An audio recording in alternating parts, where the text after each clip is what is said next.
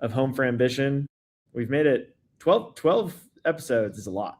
So shout out to all the loyal followers out there, people that join us live. It's always great to see you. Feel free to engage with us in the chat if you'd like, and we'll drop some questions there too. But yeah, we got a packed lineup today. And importantly, we've welcomed someone new to the show, Chandler Rogers. Very excited to have you, Chandler. Do you want to introduce yourself before we jump in? Yeah, sure. Thanks, Sean. Yeah, I just joined Leland a couple weeks ago.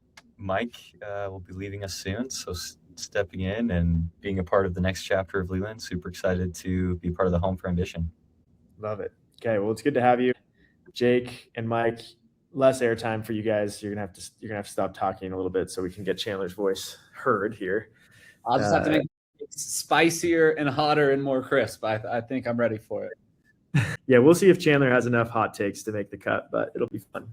All right, let's jump into the meat. I wanted to. This is a big week for us as a company. We don't talk about ourselves as a company all that often, but figured we'd kind of share a little bit about what's going on here. We reintroduced ourselves to the world on Monday. It wasn't a pivot. It was sort of a unification of a lot of the different initiatives that we've been doing for a while. We launched Leland.ai. We are proud owners of Leland.ai. We don't own Leland.com yet, but that's all right. We'll get there. Leland.com does redirect to join Leland.com. So we have that win and we're working on it. But Leland.ai is the home for us to be able to support businesses as they become AI native. And the reason we are now doing more B2B instead of just consumer, which we've done historically, is because at the core, our mission is to unlock human potential, and humans are what make businesses great. They are businesses and organizations and universities and all these folks that we've partnered with for a long time are collections of people. And if we're going to unlock human potential, then supporting businesses directly is going to be a big part of that. A couple of things that we're now doing for businesses that I feel like we're worth sharing and celebrating. The first is we're doing the AI Builder program. That's been the most successful program we've ever launched. Product we've ever launched has grown very quickly. If you haven't done the AI Builder program yet, you absolutely should. It's super helpful. We're now working with businesses and consumers to provide that training. The second thing we're doing is AI services. So we will drop into your company with our team of experts. We have thousands of experts in our ecosystem, and we will scope and build different services for you. So that could be helping you build your company brain. It could be helping you build specific agents for specific roles. It could be anything that is related to kind of the services that you need and the infrastructure you need to make your people productive. And then the last thing we're doing, and this is where I'll stop talking and would love to get your guys' thoughts, is we are now helping people hire AI native talent. We've become a home for a lot of AI native talent and just talent generally that's looking for their next thing. They've been laid off. They're looking for more. They've learned all these new skills they want to apply. And now we're helping them find their next thing and helping businesses find those high caliber people. And I wanted to get your guys' thoughts on hiring, like kind of the hiring screen of AI proficiency generally. It sort of feels like more and more showing up in what's needed in order to hire. There's the stat that I read the other day that was like 80% of CEOs said that AI was a required skill now for their teams, which I would guess is sort of underselling it in most knowledge work jobs. But I'm just curious to get your take on how you guys assess that when you're interviewing. Is that something you're seeing? What's kind of the future of AI proficiency in screening and measurement there? Yeah, I guess to start, I would say I don't think that there is any company who has figured out how to know who is great at AI yet. And you see that play out in a bunch of different ways. Like we've talked about how dumb token leaderboards are, but like that is a perfect example of, because they don't know who's good, they're like, I guess token usage is like one way to look at it. So like maybe those people are good. And then hiring is like another symptom of the same root cause. I've seen a couple companies try different things. So I know of one company where they had you like write a prompt as part of the final round interview. They gave you a task and then wanted you to write a prompt. I've also seen like a prototyping interview. The problem with that is AI moves so fast that like the importance of it changes very quickly. And also like, it's not very, like in an actual job, I'm probably not going to Lovable and like writing a whole prompt. I probably want it to be more based on how my product looks and feels now, my user context. Ideally, I'd be injecting context about how my company is working. So like AI best practices aren't really even being evaluated well with it. So you're seeing companies move away from it. I've also seen companies, and this is probably, in my opinion, the best way right now, which is high caliber take-home assessments, where it used to be, hey, don't worry about design or don't worry about these things. And now they just say, hey, like you'll be able to do a lot more given the time constraint. So my bar for what you can produce in this take-home is just now elevated. And in my opinion, until there are better ways, which that's something that Leland's thinking about a lot right now, that's probably the best way to see who is great at leveraging AI. I don't know. I'm curious if you guys have seen anything else. I think it's there's lots of stuff to look at here and very interesting. And not that we share too many anecdotes here, but I thought Chandler got a fun email this last week from a candidate we were interviewing for a position here at Leland. And he clearly got a thank you letter, Chandler. I know that meant a lot to you. Oh, yeah. Yes, except I didn't actually interview him because he was probably using AI to do it. Which I thought that impression actually was like, I wasn't put off. I actually thought I liked the effort. Like that was my first thought. You were originally part of the hiring screen and then got pulled. Is that right? That's correct. So I was probably on the calendar at some point. So he had my email, but then I didn't actually end up interviewing him. So yes, I didn't actually even talk. And then his agent wrote you an email saying thanks for the interview. Yep. And then there was like a little bit of personalization in there, or like an attempt at personalization. I wonder if you just messed up your name, but maybe not. Maybe Granola should have caught that if he was actually trying to personalize it based on a transcript. High signal or low signal, proficient for trying or unproficient for not doing it well enough. I personally think it's low signal because I did interview them and I didn't get a thank you email. So I was offended. Was Chandler's personalized touch relevant to your conversation with them? I don't know. We have to reread it. Was it reference charm? Yeah, it's interesting. I was talking to a customer that was buying our AI Builder program. And they were like, am I even talking to you? Is like, are these just your agents responding to me? Like sort of assuming if I'm kind of buying this AI Builder program from you, couldn't possibly be a human that's talking to me. And I do think there's sort of an ongoing trend around like, what is a little too close to like imitation to feel comfortable with AI? Like I feel very comfortable using AI to build all of my presentations and all of my landing pages and a lot of my content, but like, pretending to be me entirely, I'm like still getting there. Obviously ghostwriting and creating a lot of drafts for me for sure. But I don't know. It's just interesting like what people feel comfortable with. I don't know. I think everyone's kind of figuring it out as they go. Yeah, I did use AI. We're looking at maybe building a home, and I did use AI to message every home builder I could find in the county and had a conversation with a few of them. And that was the first time I've let AI like purely act on the behalf of me in an external conversation. But I didn't have any relationships with any of these people, and they did get a real human after they responded. So I don't know. Yeah, it's almost like I feel less bad about having AI imitate or pretend to be a human that is not a real human than like AI pretending to be me in particular. But I don't know. Maybe that's just me holding on to the last piece of humanity left. I think the way Slack has handled this is my favorite treatment, which is it's sent from my profile with a tiny call out that says sent by Claude. Yeah.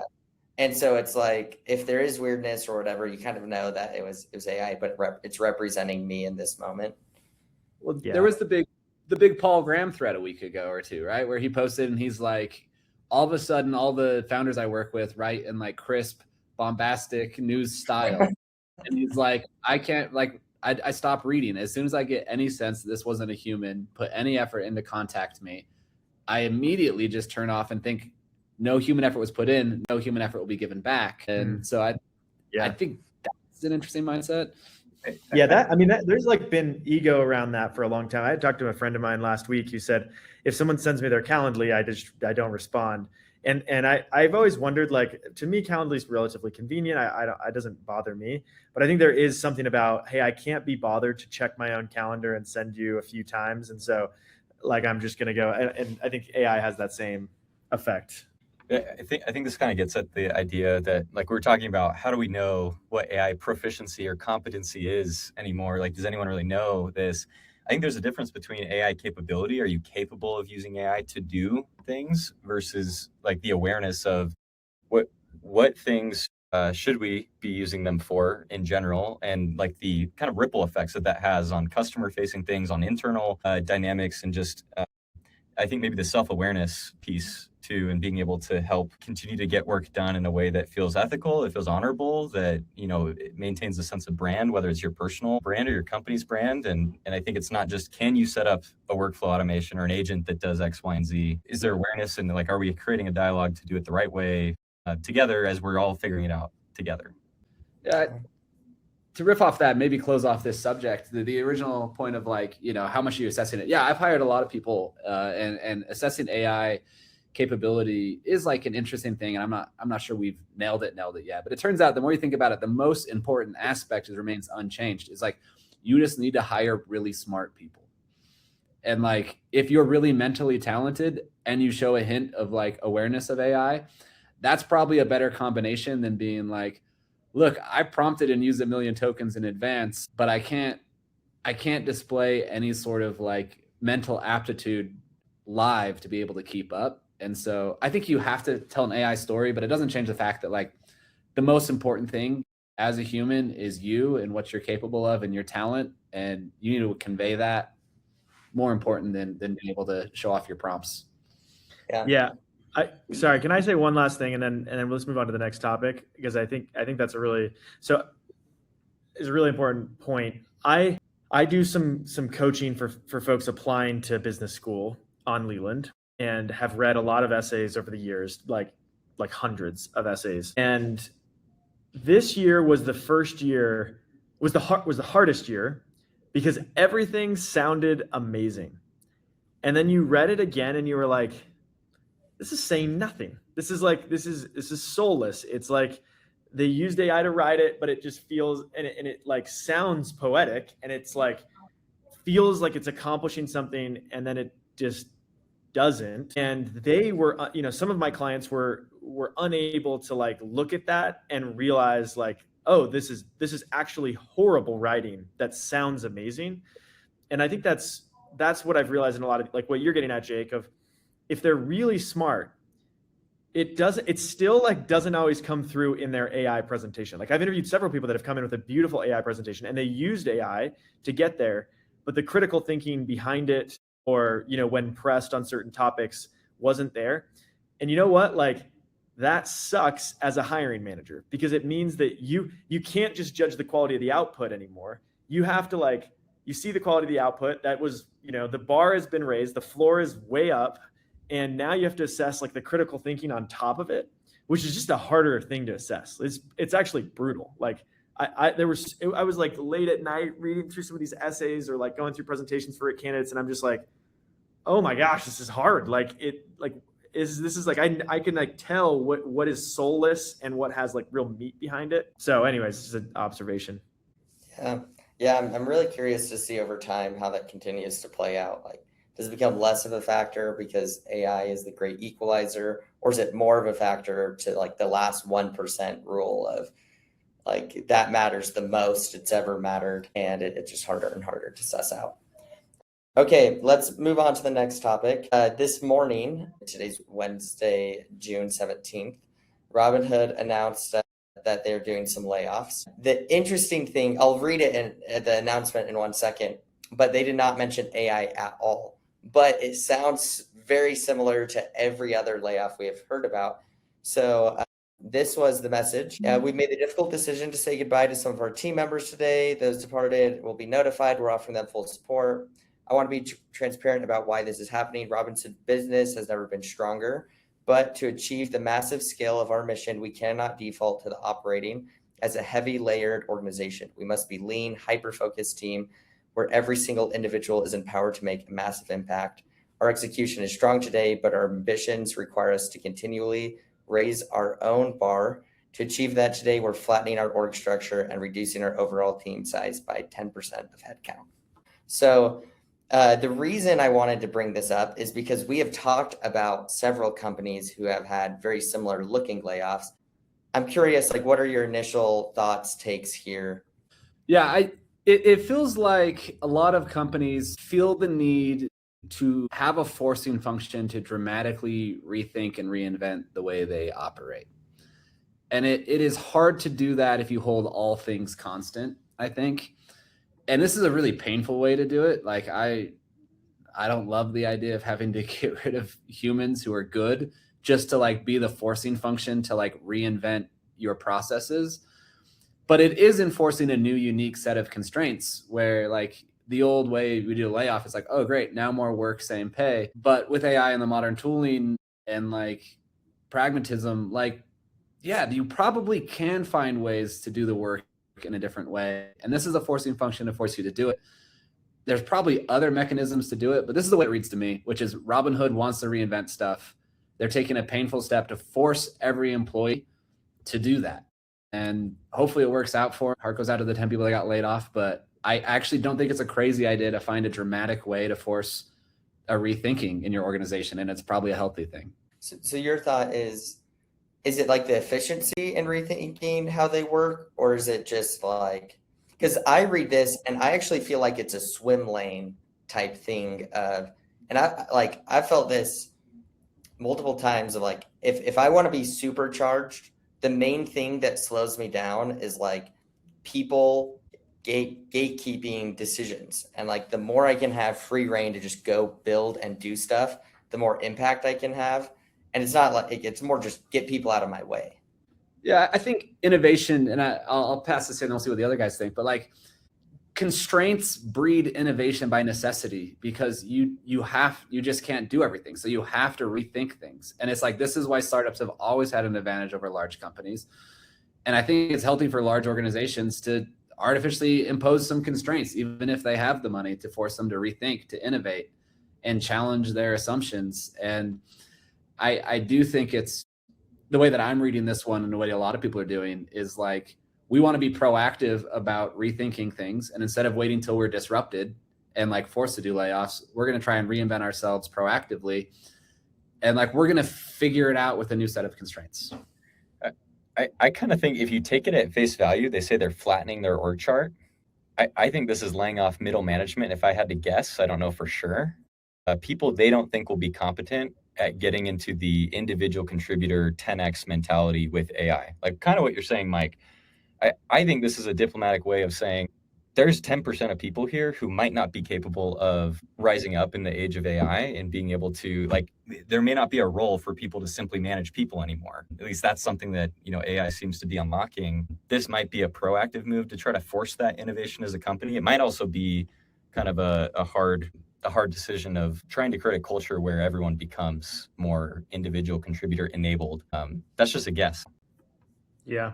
A few thoughts. So first of all, I think I was reading a post about, you guys remember the crying CEO meme where he posted about, he laid off, whatever, 20% of his team. And then he posted a picture of him crying. And I read a note from someone who had worked for this guy and they felt sad that he got destroyed. Like he got destroyed, right? There's like all the anger around like CEOs saying they feel bad for their people was like taken out on this guy who actually ended up in reality, like laid off like 6 people because the company was actually not that big. And all 6 of those people loved this guy, loved him, felt loved and appreciated by this guy. And like, he took care of them on their way out and like all the things. And I think there's something to be said for like how much it sucks to have to make that call as a leader. It might suck less when you're as big as Robinhood is because you actually don't know these people. But for the people that you have looked in the eye and they believe in you and they trust you and then they say, I'm willing to go join you, like it just sucks. You don't want to be on that side. And that's hard. And so I just want to acknowledge like, again, it's definitely worse for the people that have been affected. And I do wonder like, what is that? Like, what are all these CEOs feeling when you're at a scale this big, all these big 10,000, person companies laying off 20, 40%, whatever. How does that feel? Because it sounds freaking awful. And so you got to believe that they really felt deeply like that needed to happen. I've been thinking a lot about like, what does a flat org mean? Like, can you actually have a flat org with 5,000 people? Like, how do you possibly, like at some point the math of like if everyone has 10 direct reports, like, do you have to expand that to like 15 or like 20 or like, is there a certain layer that is able to have like 50 direct reports for some reason? And then like that allows you to have less layers. I don't actually know, but I can't like wrap my head around what flat even means. I think probably more to what you're saying, Mike. I think swim lanes or like really clear ownership areas is probably the only way you do it, where like everyone knows they're driving towards a specific goal, and there's like some sort of, maybe there's like several. I know Robinhood has like 9 businesses above 100 million in revenue, or 6 or whatever the number is. Like it's a lot. So maybe that's like the stream lane, the swim lanes that they get to. But clearly, to your point, Chandler, AI requires a new skill set. Clearly, like middle management is being asked to be a player coach, be in the game, carry quota, or build alongside their engineers, or whatever it means, and be building more with AI than ever before. I'm just trying to wrap my head around like, what does flat even mean? Is it even possible? I don't know. I mean, how would you feel with 10 more direct reports, John? Well, I think it probably depends on the direct report, honestly. And maybe that's what they're getting at. Just like, I could probably do with 10 more direct reports of a certain type, honestly. It'd actually be easier. It'd make my life better. I think if I dealt with 10 direct reports of another type, I would go crazy. And that might be like, therein lies the answer. I don't know. Yeah, I have concerns over this. My management philosophy has always been very like human centered and like relationship based, and like those things are always been vital for me for like unlocking the potential of every individual. And like as much as I love the small teams, accountability, it's like it's really hard to imagine effectively being someone that can aid someone in that management philosophy with like 40 direct reports. Like I don't know how you can do that and be a builder at the same time. And so I guess it'll be interesting to see if anyone can innovate into an effective way to do it. And I'm guessing a lot of people are going to try and devalue the human nature of those relationships as the way to scale. And that would be a shame. It has to be, I think it's the only way. So what from your guys' perspective, you have a company of Robinhood has roughly 2,500 people. So it's not insane, right? It's like, it's pretty big, but it's not insane. How many layers from CEO down to frontline is flat? What would that look like? Because I'll tell you the math on what that means. 8. I think I would do 3. You got CEO, then you've got business line unit. So like we can call it the trading platform or the invest platform. Within that, you can have like a director, and then I think it's pure IC. Okay, so we have opposite ends of the spectrum here. Okay, so if you include like the CEO, and you have 3 layers, you said 3, Mike? That's the I guess technically it would be 4. IC, director, business unit head, CEO. Okay. So because if you have 3 tiers, it's like CEO, managers, ICs. That means everyone's managing 50 people. If you have CEO, exec team, managers, ICs, so that's basically what you're saying, that span is about 14 people. So a bit more manageable. Like 14's a lot, but it's definitely too much to have, I would say, like deep personal. You can't do one-on-ones with 14 people. You will die. Or you'll need to do them like once a month. Hey, Jake, what are you at, 11? Well, you can't compare people to me, Mike. I mean, obviously. If you go all the way down to like, so this is 6 tiers would be about 5. 7 tiers, you're at like 4. So that's reasonable, but that's not super flat. So I don't know. It's interesting. I mean, I don't even want to know when you get to like 40,000 people, like what's the I could have. I'm gonna start writing a script. Yeah, I was gonna say let's start writing some code, because I think even if you got to 4 each, someone has to have over 40. Without that, like the pyramid just doesn't build itself without a super. Someone has to have a ton of reports if you're less than 6 or so. Like, yeah. I mean, I still think the dilemma that's interesting is like with AI, you're getting more from each individual. In theory, you should be. Each individual is now more valuable. They're getting more done. They have more to manage, more to handle, adds more nodes in the network because they have agents collaborating with different agents. And so it's like, if you have an amazing person, they should pay for themselves like 50 times over. They should, right? You should be able to get there, at least in terms of productivity, if they're pointed in the right direction. And so it is interesting that you're seeing all these companies pull back. And I think it has to be a talent like pullback. If everyone was doing everything amazingly, or maybe it's a buying time play. Like we just need to figure out which direction to go, because we don't know how to wield this new power effectively. Let's go to the next topic. So over the past few weeks, really, maybe you can say the past month, there's been a big push from Anthropic and some of the major LLMs on what they believe the best way to use AI is, which are these like self-validating loops. So you can do like /loop or /goal in these features. The way it works is you kind of define what success looks like, and agents will keep running until they have achieved that goal. So I'm curious to hear your thoughts. In my opinion, this looks like a very cost inefficient way to do tasks. But I've tried goal and it's worked very well every time I've done it. And so like I use it when I can use it. But yeah, Jake, I know you had a lot of thoughts on this one. I think this is a great example of like sometimes the thought leadership here is like you've got to push yourself to like one up the last best thought like every week. And it's amazing that the true thought leaders are the ones whose incentives are directly aligned, not with outcomes, but with token usage. And I actually think this is probably a case that it's not a good idea for the vast majority of things you want to work on to start with loop as like your default operating mode. I think your time and effort is better put into trying to make sure you have the right evals or the right goal definition. And I think the people's takeaway of like, just use loop and it will eventually get to what you want is a bit negligent and not going to produce the results you want. Focus the effort on what the goal or the evals are. And then maybe you can use loop as a tool within that after that's well defined. But starting with a loop just feels like a crazy way to spend money to me. I totally agree, because it's like what we're talking about is recursion. It's a basic principle of computer science. It is sometimes there are problems where you need to loop over something over and over and over again to a certain point. We don't use that principle on every problem. So to me, this lacks discernment. You know, people are like, this feels like the next fad of like, we all need to be doing loops and agents just need to be running in circles.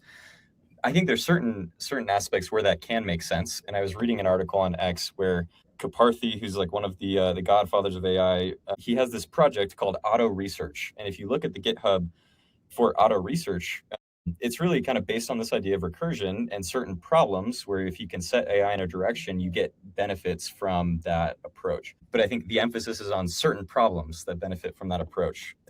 And it's very clear in his documentation on Auto Research where that's useful. And so I would argue that there are uses where this is like actually a really awesome thing, and that probably compounds as the models are getting stronger. But I agree. It feels like if I can just define, like I had to make a slide presentation yesterday for a company meeting. I just spent time trying to define, here's exactly what I want it to look like. And it did 95% of a good job on the first shot within 5 minutes. So for me, I'm not sure why I would set up a recursive loop. That does feel like a total waste and unnecessary for that type of a problem where I could define specifically what needs to happen. It feels at odds with like, are we trying to one-shot stuff, or are we trying to like, go 100 times to get some sort of magical outcome? I think you guys are all wrong, and I'll tell you why. So clearly, if you just set it off and say go loop your way to victory, like you're setting it up for failure.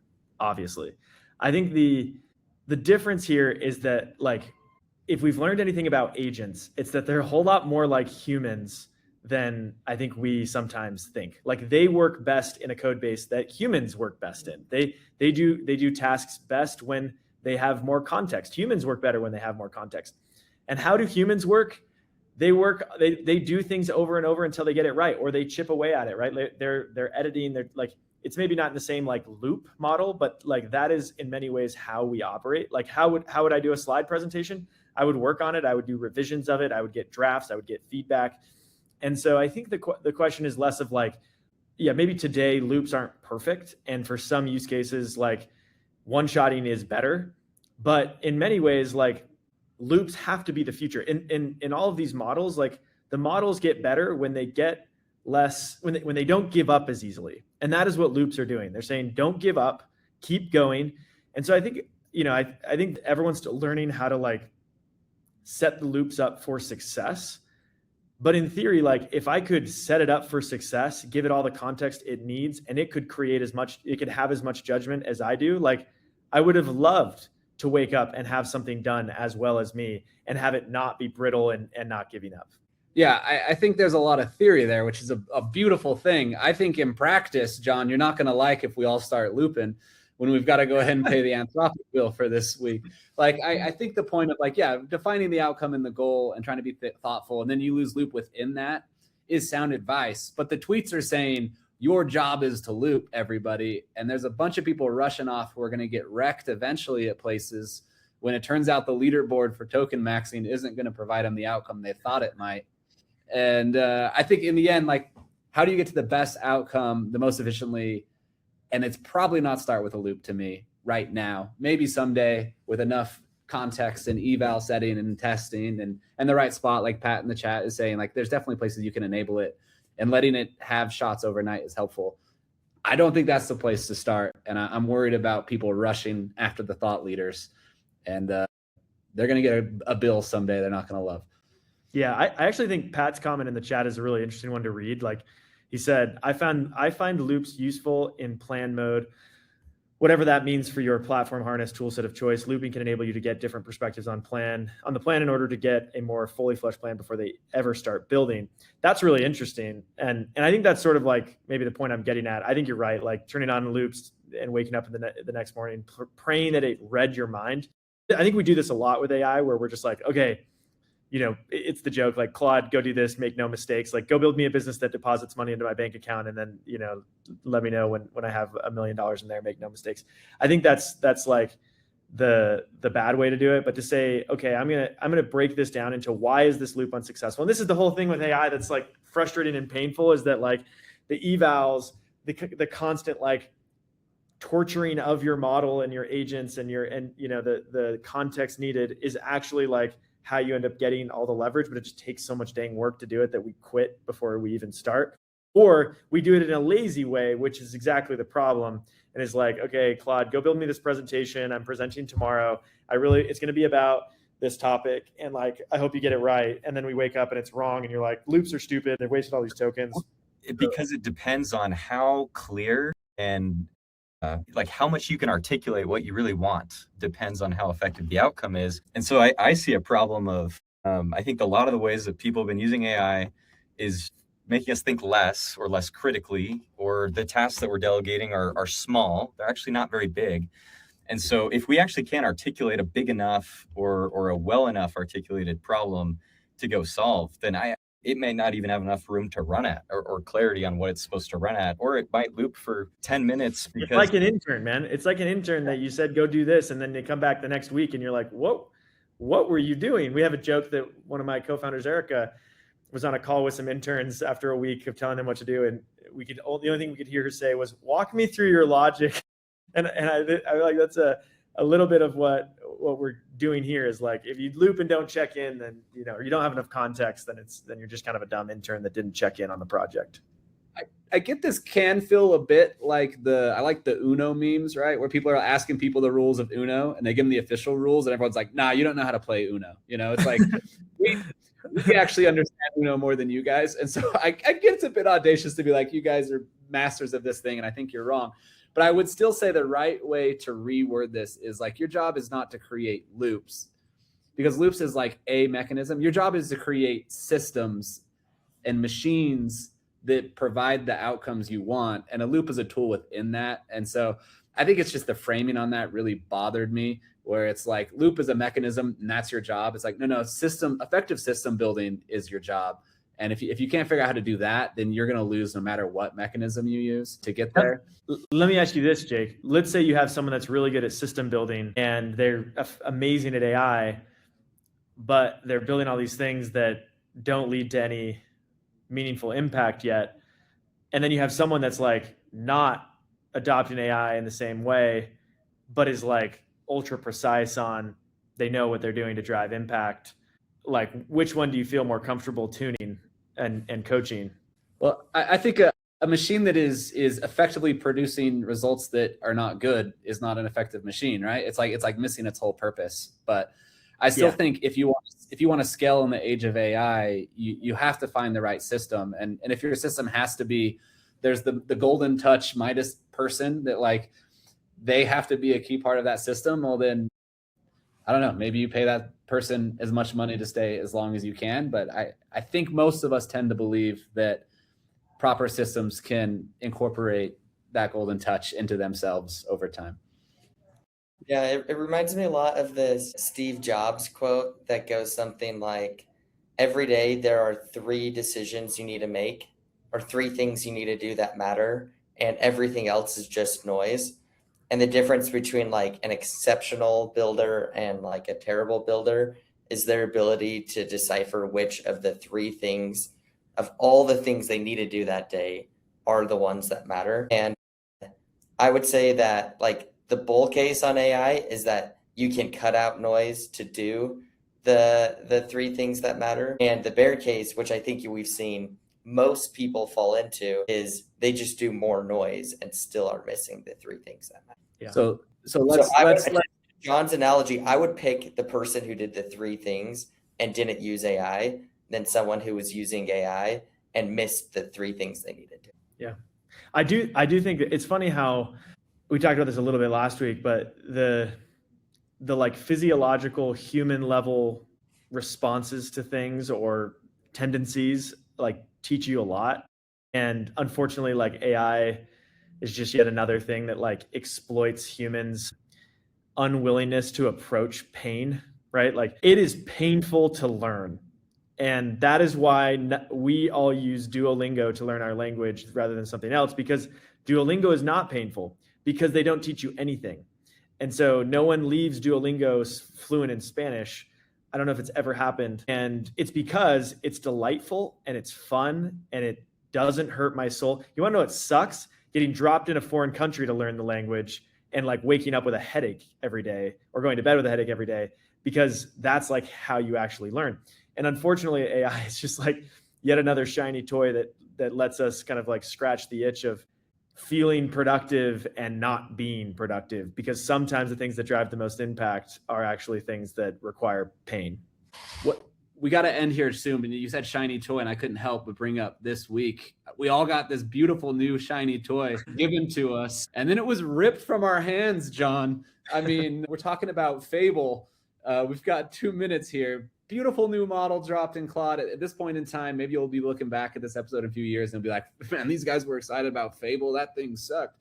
But as of right now, it's awesome. And we had it for a couple days, and then the government took it from us, Mike. Why did they do this? Oh, I mean, yeah, if your whole marketing ploy is like, this is the most powerful thing that's going to destroy nations, we just repackaged it and gave it to everyone. Of course, people are going to be worried. This is Anthropic, like reaping what they have sowed. I do think it will be the greatest marketing ploy of all time. Has to be. Like, are This they? is Do you think they actually are like stoked about this? Like, this has to be the best thing ever, right? Yeah, The government literally took it away. Yeah, this is the US Open banning Whoop bans, and then immediately like their revenue doubles. Because everyone's like, what's this unfair advantage? I want to buy that unfair advantage. Like, I just want to know. I want to know if they plan it. Like, are they no. they're just too lucky? I don't know. I, for one, am looking forward to the day where the AAU, American Association of Universities, the prestigious universities, put out a press release that they are banning Leland from any students because it is too effective at helping students learn. And people with this much AI knowledge are not safe, and they need to be put a stop to. So I don't know how we get that lobby in place. Excited for the government. Well, and the government is saying, well, look, this is perfect. If it's actually dangerous, then we've protected people. And if it turns out that it's totally fine and we've just given them the greatest marketing stunt of all time, then when we take 20% of the company as the government, just because we can, it will really help them. And we'll benefit from that. So well, yeah, up and to the right, either way. Let's go. All right. This has been another great episode. 12th episode of Home for Ambition. Thanks for all the comments in the chat. Thanks for joining us. We'll be back again next week at 3 p.m. Mountain, 2 p.m. Pacific, and 5 p.m. Eastern.